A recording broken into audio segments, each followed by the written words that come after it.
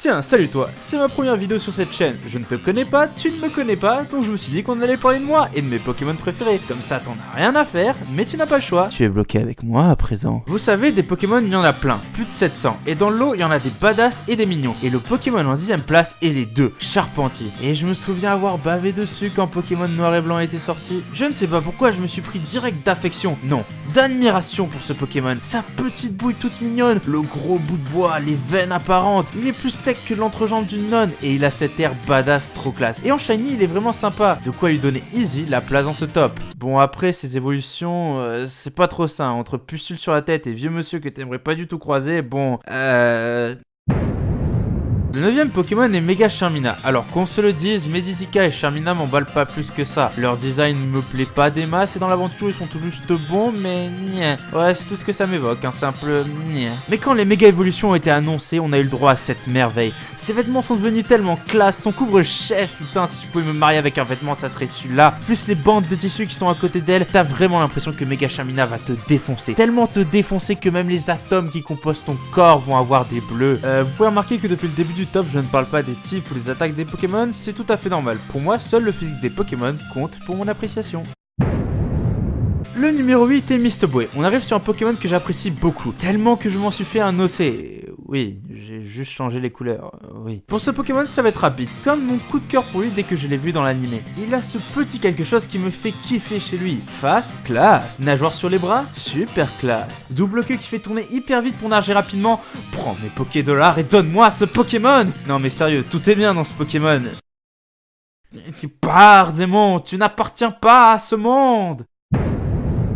La 7ème place est squattée par Scorvol. La première fois que j'ai vu Scorplan dans l'animé, je me suis dit, il y a moyen de faire un truc. Je l'aimais bien sans plus. Il manquait un tout petit truc pour que je l'aime plus. Il était trop petit, design trop enfantin, alors que c'est un putain de scorpion qui vole. Et la Pokémon m'a retourné et m'a dit, ah tu veux du plus serious business? Et bam, Scorvol, matez-moi ces pinces démentes. Ce regard bien flippant, ce corps plus travaillé, cette queue bien longue, ces couleurs noires des ténèbres les plus obscures de Sasuke 21. Alors oui, vous devez vous dire, ouais, bof, c'est pas si peur. Mais imaginez-vous juste être un ratata, en train de vous faire chasser par ce truc. Imaginez-vous bien la terreur que ça peut amener. C'était le numéro 7.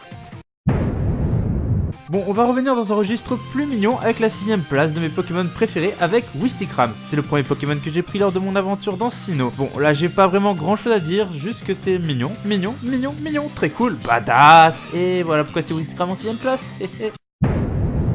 En 5ème place, comment vous dire?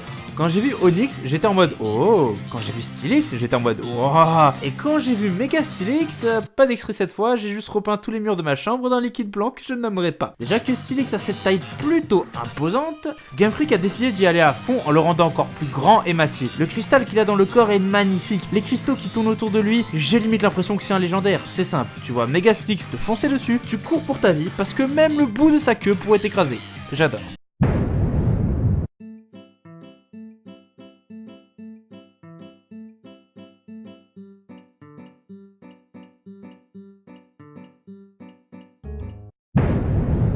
Aussi loin que je me souvienne, j'ai toujours aimé Salgamin, son design et son caractère, et puis ce nom, Salgamin, il me fait trop triper, et son évolution Oniglai est très classe. C'est une boule, volante, vénère, avec des cornes. Mais qu'est-ce qui serait encore plus badass? Méga Oniglai. Les cornes sur sa tête ont grossi de ouf, une corne est apparue sur le front, et encore des cornes, des cornes, des cornes, et des cornes partout. Et cette bouche frère, tu n'as pas envie de te retrouver dedans. Personne n'a envie, c'est genre une racaille, des glaces, vénère, mais genre très vénère. Avant de passer aux deux dernières places de ce top, je vais parler de quelques mentions honorables rapides de Pokémon que j'aime bien, mais qui du coup n'ont pas pu rentrer dans ce top. La meilleure évolution d'Evoli avec des cristaux beaucoup trop classe et je n'entends pas la team Filali, la. J'ai surkiffé ses apparitions dans l'animé, un des Pokémon de Sacha que je préfère, il pue la force et la classe et la sympathie, et sa méga évolution est trop badass. Bon, l'un des starters les plus badass, la barbe en feu, et c'était mon starter de noir et blanc que j'ai beaucoup kiffé. Et du coup, il y a une petite place dans mon cœur réservée juste pour lui. Mon 3ème Pokémon de cœur, ce que je n'oublierai jamais. Et en parlant de ça... Non, en fait, là je bloque.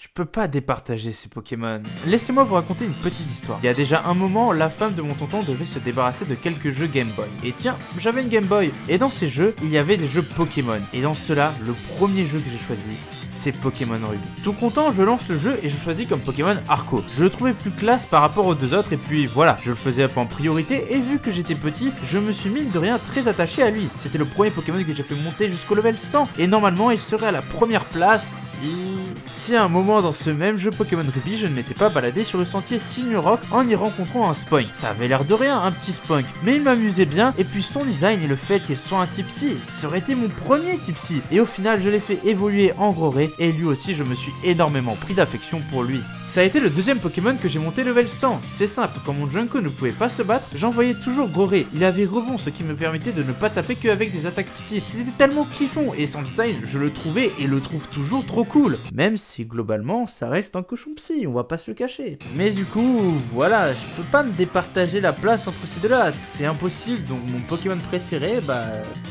c'est ces deux-là. Voilà, cette vidéo est à présent terminée. Avant que vous partiez, je vous encourage et je vous demande de laisser en commentaire tout ce que vous avez trouvé de bon et de mauvais sur cette vidéo afin que je m'améliore. Même si c'est une toute petite remarque ou un truc que vous pensez que c'est vraiment pas grave, mettez-le, ça mange pas de pain. Et sinon vous pouvez mettre un like, vous abonner à cette chaîne et on se retrouve très vite pour une nouvelle vidéo.